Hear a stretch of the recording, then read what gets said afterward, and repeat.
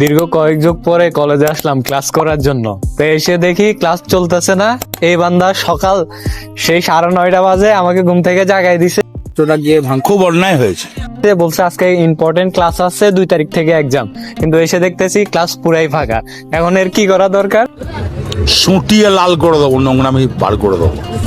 থাক, আপনার আর লাল করা লাগবে না, বিষয়টা আমি দেখতেছি। এদিকে পাওয়ার হাতে শিবলুর সাথে এগিয়ে যাচ্ছে Hasib. Power Energy Drink. Sip into action. আরে মিয়া রাখেন আপনার অ্যাকশন, ওই এডিটর ব্যাকগ্রাউন্ড মিউজিক লাগাও একটা।